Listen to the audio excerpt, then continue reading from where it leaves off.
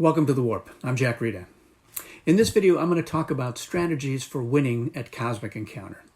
Now, Cosmic Encounter is a simple game, but it's not easy to have a straightforward strategy to win, not with any real specificity. The key to winning Cosmic Encounter is that you have to play the table. And what I mean by this is that you have to build coalitions. You have to leverage the social aspect of Cosmic Encounter. I find Cosmic Encounter to be a very social game, which is why I love it so much. It's social in a couple of different ways, from there being virtually no downtime because players can be involved in a variety of ways, to mechanically, which is through the alliances and the main player interaction. But at its heart, the best of Cosmic Encounter is the negotiating. And I don't just mean we're both playing negotiate cards. What I mean is convincing a player who can absolutely win with an attack card to play a negotiate card. It's wheedling, intimidating, bluffing, threatening, pleading, pressuring. All of that is there in every game, waiting to be unleashed. And the best players, the ones who win the most, are the ones who can tap into that element. The reason that you can't have any other effective strategy is the changing landscape. Cosmic Encounter changes so utterly from game to game, and that is because of three things. One, it's the Destiny deck. You don't get to pick your opponent. Two, the hand management. You have to deal with what you're dealt. And three, it's the mix of the aliens that are in a given game. Now, you could be the same alien in several games, but the mix of the aliens will have drastic effects on your power level. Not just the effectiveness of your alien's power, but in the dynamic that your alien has compared to everyone else. If you are perceived as the threat, it will impact the game far differently than if you are perceived as having the weakest alien in a particular mix. And this is actually compounded by the other two factors.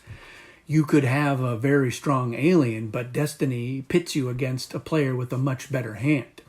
You could have an alien that is outmatched by all of the other aliens in that game, but you're holding the attack 40. You could have a good alien and a strong hand, but if everyone is allied against you, then victory is not assured.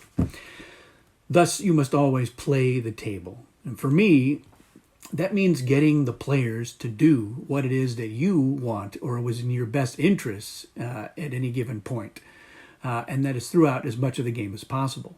And the most effective way to do that is by finding mutually beneficial actions. Alliances are at the center of this. I tend to bring along as many allies as I can for most of the game when I'm on the offense.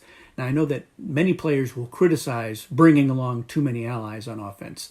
You are doing most of the work and they're tagging along to get the same benefit. But I actually don't see it that way. I bring players to my side because if they aren't working with me, they will end up working against me. You see, everybody wants to be involved in an encounter most of the time. They will tend to prefer to be on the offensive side, but they will certainly almost always settle for being on the defense, just so long as they're involved. And you have to weigh that in every encounter. You have to play like you know that everyone's going to be in there. Now, if you think that your power and your hand combination are enough to beat most or all players on the other side, then you can adjust your alliance invites accordingly. But those moments will be the exceptions, not the rule. So, how do we get people to do what we want? Swagger is a big part of it. You have to sell it by being confident, or at least seeming confident. You see, bluffing is critical to success in Cosmic Encounter. It's a lot like poker in that way. And I think that's why Skeptic is actually one of my favorite aliens to play, because I really like to try to sell the swagger and the confidence when I'm playing Skeptic. I tend to win with that alien, especially when I definitely don't have the hand of cards to back up the bluster. Now, logic is also a useful tool. When I attack a player and I have one or more negotiate cards in my hand, I want to use those cards when it suits me, not because I have no better option. Now, the defense doesn't get anything for winning an encounter, which I will remind them of. If I can get them to deal, then they do get something out of the encounter, and so do I. Mutually beneficial. It also means we can leave the other players out of any of those gains. And if the defense doesn't acquiesce, then I remind them that everyone else is going to advance their score, and all that they're going to do is lose ships. Now, when I'm on the defense, I will use the same tactic. If you're attacking me, why should you waste your best attack card if you can negotiate a foreign colony? And again, we can leave the other players out of advancing their score for this encounter. So, win-win. And even when I'm not a main player, I will tend to be involved by, say, reminding the offense that, the defense probably can't be trusted to play a negotiate card. If they even have one, why should you risk it? Especially if this is your first encounter. Bring me along, and I'll help ensure that you get a second encounter. You see, that sort of table talk is what makes Cosmic so great. It's what makes it a social game. There's no downtime because the table talk is a huge part of the game, for me anyway.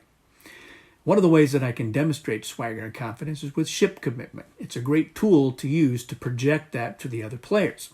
If I need to convince players to join my side, I will send 4 ships into the encounter.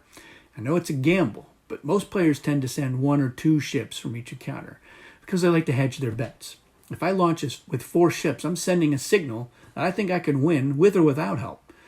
But also, I'll do it when I'm one of the first players to ally with one side or the other. If I send 4 ships, which is not usual, that can motivate the other players to join my side, making it more likely that we're going to win that encounter. And I'll do it while scanning a couple of cards in my hand to make people think I've got a trick or two up my sleeve that can help guarantee the win, especially when what I'm actually looking at is a weak hand of cards that I would love to be rid of. Now, there are some general approaches that you can employ regarding the other factors that I mentioned earlier, the destiny, the hand management, the alien mix. And destiny, it ties pretty tightly into the hand management and the alien mix itself. You need to adjust what you will play based on who you're attacking and the alien powers that are involved in that encounter. So the other players are always going to need to be a part of the equation. One thing that I like to take into account when it's my turn and I draw my own color, see, most players will almost automatically just draw destiny again. Why waste your chance to advance your score is what they're thinking. But if I have a negotiate card in my hand, I may consider trying to make a deal with someone who has a colony in my system. See, they're less likely to want to lose a foreign colony as opposed to losing a home colony, which is what they'll do. They'll lose a foreign colony if I end up attacking them. But even as a defense in my system, they can gain a foreign colony if we make a deal. So you really need to stress those benefits and leverage any other effects that can sweeten deals or let you make deals outside of the normal actions. Hand management, sometimes I'll play my best encounter card in the second encounter rather than in the first one. And then maybe I can possibly invite fewer players in that second one and keep the scores a little less even. And I'll invite the player that I've just beat in the first encounter as an ally in the second encounter so I can help to foster that camaraderie.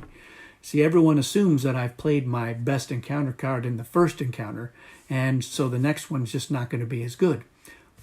Or am I just saying that just to make you think that right now? Find out.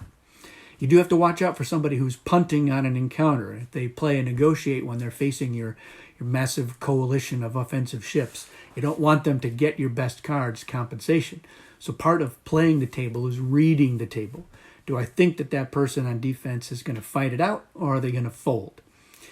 Now, the alien mix is always going to be different from one game to the next. And part of how you deal with the other aliens is how you can manage to marshal the players against each other, using a player's successes, their alien powers and abilities, the size of their hand as factors that you present like evidence in a courtroom. You do have to customize your strategy depending on the alien mix. So here's an example of how I've done that.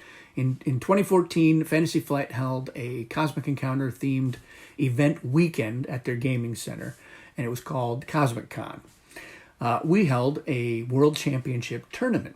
And I was able to make it into the finals of the tournament using the play the table techniques that I've been describing, fostering coalitions. And getting to the finals, I knew it's going to be especially challenging in that last game. I was fortunate with my alien draw, and I got Aristocrat. But I knew I would be perceived as the strongest player because everyone knew who I was. They knew I was a designer on Cosmic Dominion, which had just been released. They knew I was the guy who created the Warp website, and they all saw that I'd just drawn Aristocrat, which is perceived as a pretty strong alien. So it's going to be critical that I managed to build coalitions in that game so that everyone wasn't ganging up on me. I also had to customize my starting hand, which is what Aristocrat gets to do, based on the other aliens. In particular, I saw that one player was playing Mesmer. Now, Mesmer gets to take an artifact card that they have, and they can play it as any artifact. So I knew that if Mesmer got an artifact, they could easily make it a hand zap or a plague, and then presto, my awesome starting hand would be kaput. So of the 8 cards that I picked, which I had to do in 1 minute, I had to take into account the other aliens. So naturally, I took the 40 and the 30, but I felt it was important that I take a lot of artifacts so that I could, one, deplete the total number of artifacts into the deck. And if I got all the card zaps, I could zap a hand zap or plague or to prevent just what I was fearing. I also got the ionic gas so that I could prevent compensation one time. Now, as for coalitions, I invited other players on offense, even though I could probably win without them, and that let me also save the attack 40 for later. It fostered goodwill, and I allied with the defense as much as I could so that I could get cards from that reward deck to pad my hand or at least make it larger, and maybe hopefully even get the actual hand zap so that somebody else couldn't get it. By the end, I positioned myself to where I had an attack 15 and I had a kicker times 5. And in a situation like that, you have to go for the solo win. Even though part of my social strategy was to promise to bring along another player when I went for the win if they helped me out earlier when I needed it. Now, that player didn't actually help me out when I needed it earlier, so that's why I went for that win solo. But I would have brought them along. I think that my meta game footprint wasn't as big as it is now, at least not then, so that would have helped me. Speaking of which, when do you betray somebody? So you know you've gotten them to play the negotiate, and you could easily play an attack card and screw that player. Personally, I tend to only do that when I have no better option. That is, I don't have a negotiate and my attack cards are just not impressive, but I feel that I need to win that encounter. Can I coax them into that trap? But as I mentioned, I like to take into account the metagame. And by metagame, what I mean is knowing that one day you're going to play this game with some or all of those same players. So have you gained a reputation as someone who can't be trusted to deal? I want people to trust me because I like deals. I want to make them all the time. So I'll avoid the backstab as much as possible. In fact, my saying that in this video is hopefully helping to build my rep and mystique. But even when I do have to betray a player, and believe me, it's because I had to, I look for ways to help them in that same game in other ways if I can, to help make it up to them, or to get them to understand it wasn't them, it was the circumstances. So yes, prevarication is important. You have to do it as much as possible. So if I'm ever in a game with those players from that final game of CosmicCon, of course, they'll naturally tag me as the big threat, no matter what the alien mix is. And I'll have my work cut out for me. But at the same time, I think I can also leverage the fact that I did win the World Championship as a tool for intimidation, bluffing, and pressuring. Even then, I know that I'll have to work that table. And if destiny goes my way... So, let me know what tactics and strategies you like to use when you play Cosmic Encounter. Leave them in the comments, and thanks for watching.